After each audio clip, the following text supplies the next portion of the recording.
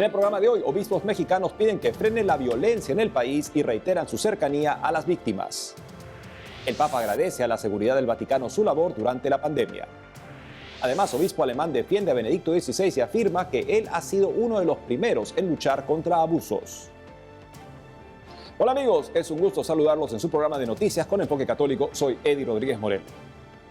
Iniciamos el programa conectándonos con nuestro corresponsal en México, Diego López Colín, quien nos tiene noticias del fallecimiento de un obispo emérito que el año pasado abandonó la idea de postular como diputado en México. Además nos informará del pedido de los obispos ante la violencia que se vive en el país. Adelante, Diego.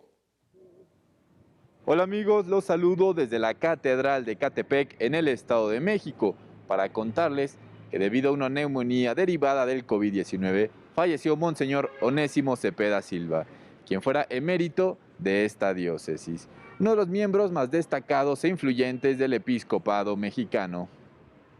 Originario de la Ciudad de México, siempre estuvo ligado a las élites de poder económico y político. Antes de ser ordenado sacerdote, Onésimo Cepeda fue un abogado, fundador de la Casa de Bolsa, inversora bursátil, que después fue el Grupo Financiero Inbursa, junto al empresario Carlos Slim. También colaboró con el grupo de financiero Banamex y la empresa de construcción de ingenieros civiles asociados. A los 33 años de edad, recibió la vocación sacerdotal, donde realizó importantes cosas como fundar y ser el primer rector del Seminario Conciliar San José en Cuernavaca. Además, llevó la Oficina de Relaciones Oficiales entre la Iglesia y Estado y fue teleevangelizador en Estados Unidos en el programa Luz de Jesús. A sus 58 años fue nombrado primer obispo de Catepec por el Papa Juan Pablo II. Una de sus últimas apariciones públicas fue en abril del 2021, cuando fue promovido por el partido político Fuerza por México para contender a una diputación, la cual fue retirada tiempo después. Las cenizas del obispo Cepeda fueron depositadas en la catedral, de la cual estuvo frente durante 9 años. Una información impactante para la iglesia del país, ya que durante esos días también se dio a conocer que Monseñor Antonio Ortega, obispo auxiliar emérito de la Arquidiócesis Primada de México, y Monseñor Hermenegildo Ramírez, quien fuera emérito prelado de Huautla, también partieron a la casa del Padre. En otra noticia les comento que los obispos anunciaron un nuevo compromiso por la paz. También expresaron su cercanía por las víctimas de la violencia y le pidieron a la ciudadanía no dejarse vencer por toda la violencia y la situación que acontece en el país. A través de un mensaje especial motivado por el mensaje por la paz anual del Papa Francisco, la Conferencia del Episcopado Mexicano extendió su bendición a la ciudadanía al tiempo de compartir unas palabras de acompañamiento para quienes sufren a causa de las distintas formas de violencia que parece no se pueden frenar. Los obispos destacaron que entre las herramientas para la paz en México resulta relevante que las escuelas tengan formación y educación en la paz para que todos los niños y jóvenes sepan que un México diferente es posible. De la misma forma dijeron que otra herramienta necesaria es la creación de oportunidades laborales, ya que conseguir un empleo digno y bien remunerado es fundamental. Por su parte, los obispos se comprometieron a aportar en este esfuerzo y convocar a todo el pueblo de Dios a hacer lo mismo, por lo que invitaron a los ciudadanos a leer la exhortación pastoral escrita por ellos en 2010, que en Cristo nuestra paz tenga vida digna, e instruyeron a todos los párrocos y sacerdotes a leer el mensaje al final de cada misa el 30 de enero. Y para finalizar les quiero contar una historia increíble. Un sacerdote rescató a 28 migrantes que fueron agredidos por un grupo delincuencial. En medios locales se dio a conocer la historia del sacerdote Heyman Vázquez de la diócesis de Tapachula, quien reportó que al enterarse de que un grupo de migrantes había sido interceptado por criminales en una localidad en Chiapas, salió a su búsqueda y rescate. Luego de unas horas el padre relató que encontró a los centroamericanos y caribeños heridos y desnudos. Luego de interponer una denuncia, aseguró que ni la policía municipal ni el personal de la Fiscalía Especializada en Delitos Cometidos contra Inmigrantes los ayudaron, pese a que se contaba con la ubicación y la identidad del grupo armado que los violentó. Amigos, esta es toda la información que tengo desde Ciudad de México. Les mando a todos un fuerte abrazo hasta el estudio. Reportó para EWTN Noticias, Diego López. Gracias, Diego. Por otro lado, el Papa Francisco recibió en audiencia a los dirigentes y personal de seguridad pública del Vaticano y les agradeció su labor, en especial dentro de la época de pandemia. Recientemente, el Papa Francisco recibió en el Palacio Apostólico a los dirigentes y personal de seguridad pública del Vaticano, a quienes agradeció la labor delicada que realizan, sobre todo en época de pandemia. Durante el encuentro, el Santo Padre también les manifestó su estima, aprecio y les agradeció el trabajo que han desarrollado dentro del Vaticano en los últimos meses. Asimismo, el pontífice hizo referencia a la fiesta de la presentación del Señor en el templo y explicó que el Evangelio relata el encuentro de María y José, jóvenes recién casados, con dos ancianos, Simeón y Ana. De esta manera, diferentes generaciones e historias se encuentran y en el centro está Jesús. Esto hace pensar que ellos, con su trabajo, permiten que se produzcan muchos encuentros también aquí, donde el Señor está presente, afirmó el Santo Padre. Por último, el Santo Padre comunicó a los presentes su voluntad de saludar a cada uno de pie, aunque el dolor de rodilla en ocasiones se lo impida, y les pidió que no se ofendan si en algún momento tiene que despedirse sentado.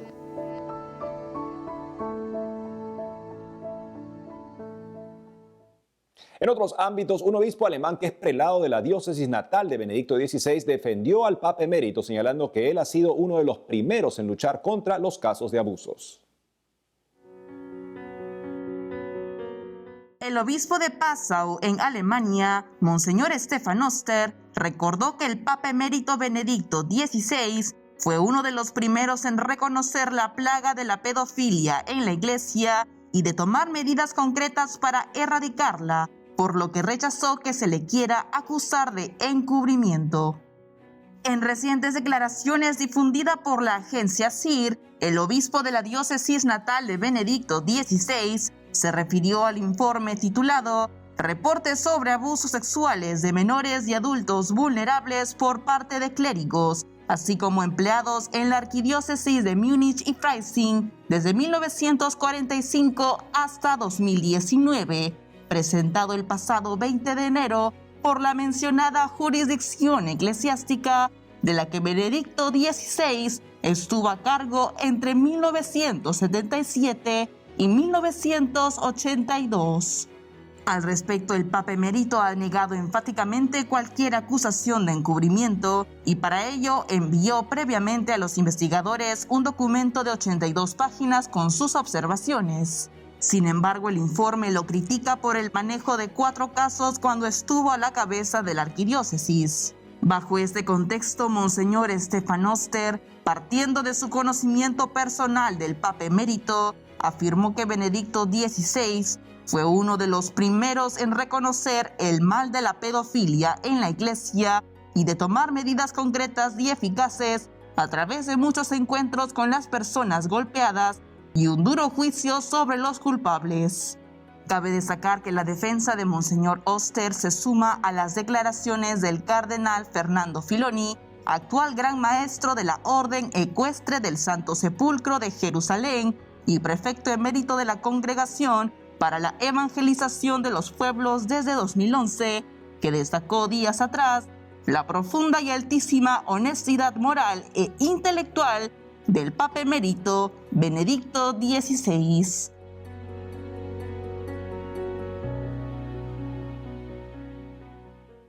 En otras noticias, el padre Juan Manuel Góngora, sacerdote de la diócesis española de Almería, respondió a la interrogante de si la iglesia necesita actualizarse. Veamos lo que dijo. El padre Juan Manuel Góngora, sacerdote de la diócesis española de Almería, advirtió sobre quienes dicen que la Iglesia Católica necesita actualizarse y dio una clara respuesta. En una reciente reflexión difundida por sus redes sociales, el padre Góngora dijo que cuando alguien diga que tiene una fe adulta, pero que la Iglesia necesita actualizarse, la pregunta correspondiente es si busca cristianizar al mundo o mundanizar a los cristianos. De esa manera, el sacerdote español con más de 42.000 seguidores en Twitter criticó que hoy en día, desde algunos altavoces mediáticos que se hacen llamar católicos, piensan que disolver la fe católica en un espiritualismo filantrópico y en el contexto de la aberrante Agenda 2030 hará crecer la Iglesia. Al respecto, afirmó que la historia ya ha demostrado todo lo contrario. En ese sentido, el presbítero advirtió que estos iluminados gnósticos, con cierta teología y mucha ideología, como él los llamó, utilizan interesada y sesgadamente la figura del Papa Francisco, cuando en su magisterio nos enseña y advierte todo lo contrario.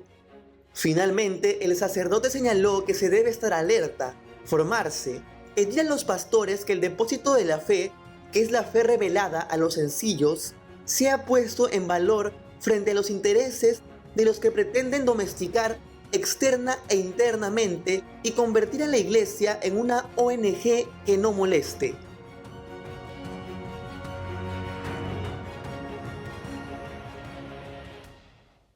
Y nos enlazamos de inmediato con nuestro director Alejandro Bermúdez, quien se encuentra en Roma con un breve análisis sobre las diversas crisis en el mundo y cómo responder ante ellas. Te escuchamos, Alejandro. Amigos de EWTN Noticias, soy Alejandro Bermúdez y estoy aquí en el Centro Cardenal Chesi en Roma, en el Vaticano. Esta semana es una semana muy importante en distintos ámbitos de la política mundial por las distintas crisis que estamos viendo, desde la crisis en Ucrania, las tensiones en las elecciones locales europeas, las manifestaciones en contra de las medidas extremas que se están tomando contra el Ómicron, que van desde Canadá, como han visto ustedes, con la protesta de los camioneros, hasta Austria, con la protesta de la sociedad civil. Y en todas ellas, el Papa Francisco está haciendo un llamado a no solamente la calma, sino la paciencia cristiana, que, como saben ustedes, se basa en la esperanza. La esperanza, que es como sabemos, la segunda de las virtudes teologales, nos pide que nosotros sepamos perdurar en medio de las dificultades con la conciencia de que el Señor es dueño de la historia. No son los tiranos, no son los políticos, no son las autoridades las que son dueños del destino de la historia, aunque parezcan serlo temporalmente. Y, en consecuencia, nosotros los cristianos tenemos que presentar y dar testimonio de paciencia. Recuerden ustedes, hay una forma mala de entender la paciencia que se interpreta como simplemente aguantar o resistir. No, la paciencia es la esperanza que perdura y perdura en la alegría y la confianza. La persona paciente manifiesta la paz interior, no porque es una persona cándida o a la que se le puede tomar el pelo, sino fundamentalmente porque es una persona que sabe que el destino personal de cada uno de nosotros, pero también de nuestra familia, de la comunidad y de la sociedad, están en manos de Dios. El Papa Francisco sigue insistiendo en este mensaje. Y si este mensaje no es acogido por nosotros los creyentes, si no es acogido por nosotros los católicos, el Papa está hablando en vano porque nadie va a escuchar ese mensaje. Seamos pues fieles testigos de este mensaje de esperanza en medio de las dificultades. Los dejo como siempre en compañía de la mejor información, EWTN Noticias. Gracias, Alejandro. Amigos, tenemos que hacer una pausa, pero al volver, Vaticano nombra siervo de Dios a joven de la familia salesiana que murió protegiendo a su iglesia en un ataque terrorista en Pakistán. Además, en una entrevista especial, el rector mayor de los salesianos destaca la importancia de San Francisco de Sales en el carisma de Don Bosco. Ya retornamos con más noticias con Enfoque Católico.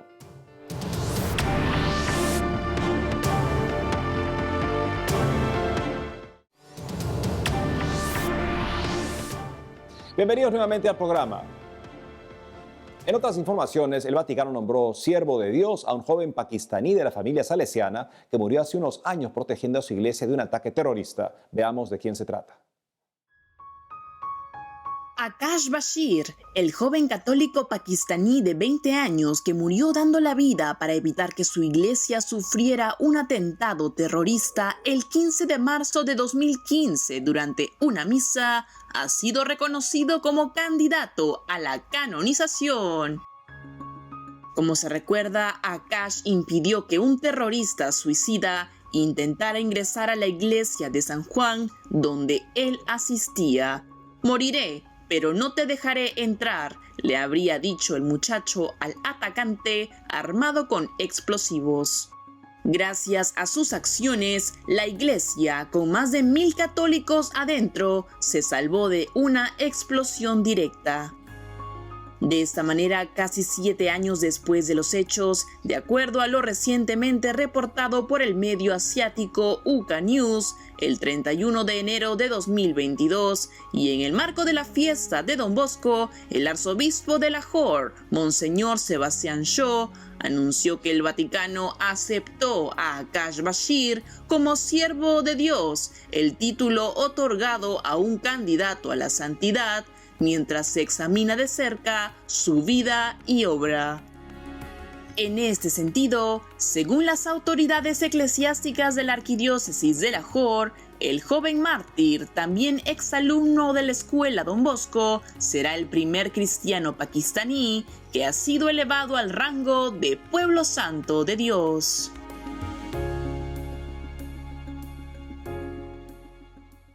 Ahora vamos hasta Roma, donde está nuestra corresponsal Mercedes de la Torre Cuéllar con una entrevista que realizó al rector mayor de los Salesianos. Adelante, Mercedes.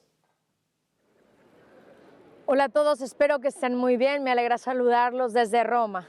Recientemente la Iglesia celebró la memoria de San Juan Bosco, el padre y maestro de la juventud. Por ello entrevistamos al rector mayor de los Salesianos, el sacerdote español Ángel Fernández Artime, quien destacó la importancia de San Francisco de Sales en el carisma de Don Bosco. Escuchemos lo que dijo. Bueno, tengo que decirles que Don Bosco, que nació en el 1815 y era un joven sacerdote en el 1841, bebió fuertemente de la espiritualidad de Francisco de Sales hasta el punto de que el lema de Francisco de Sales, dame almas y llévate todo lo demás, Don Bosco lo hizo su norma de vida. Lo tenía hasta en un hermoso cartel a la entrada de su oficinita, como programa de vida. Y toda su vida se guió por la espiritualidad y el estilo y la dulzura y el optimismo de Francisco de Sales.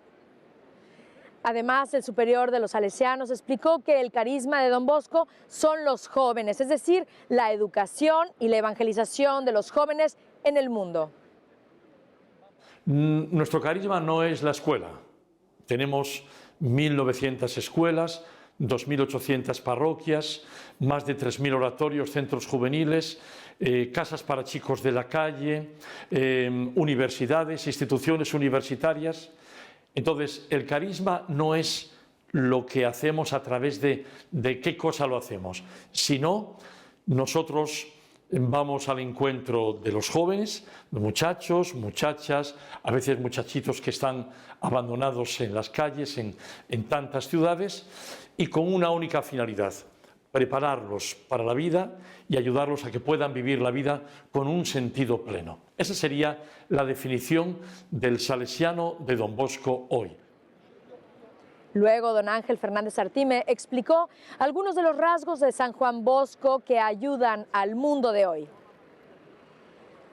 Él, ante todo, fue un hombre de gran esperanza. Fue un hombre que creía en que en el corazón de cada persona siempre había un trocito de bien, semilla de bien, que era importante descubrir, encontrar. Fue un hombre que creía que todo era posible, pero que al mismo tiempo se arremangaba las manos para moverse, para llamar a las puertas, para pedir ayuda, para no estar solo. Bueno, yo creo que este es el mensaje de hoy. El mundo necesita esperanza, no necesita palabras vacías, no necesita que nos vendan humo, pero sí esperanza con motivos sólidos para vivir, para seguir confiando en quienes tienes al lado y, en el caso de muchos de nosotros, para seguir creyendo que Dios no nos deja de la mano. De este modo podemos pedir la intercesión de Don Bosco para transmitir la esperanza cristiana a nuestro prójimo en donde nos encontramos. Informó para ustedes en EWTN, Mercedes de la Torre Cuéllar. Hasta la próxima.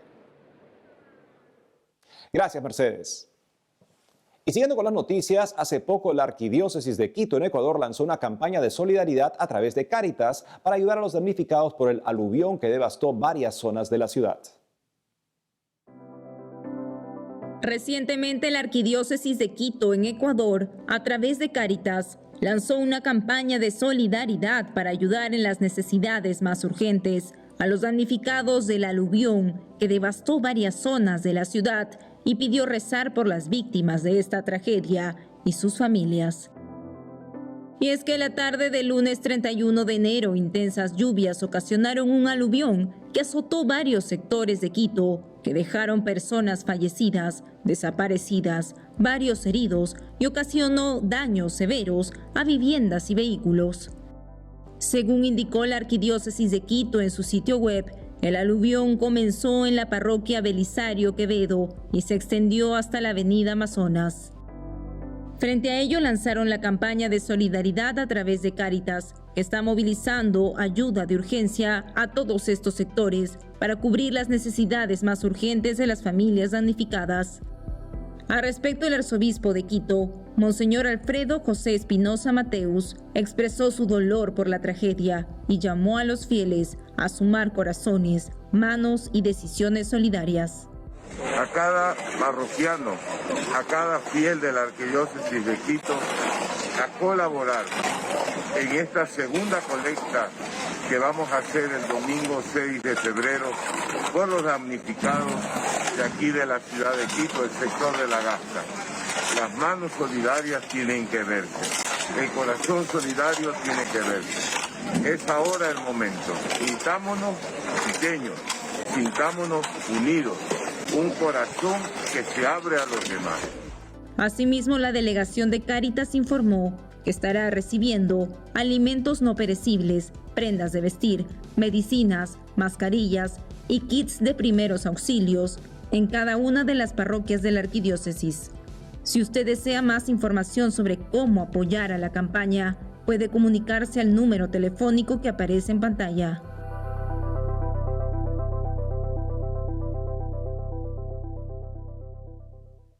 En otras informaciones, el presidente de Cáritas Chile llamó al gobierno a buscar una pronta solución ante la nueva crisis migratoria en el norte del país.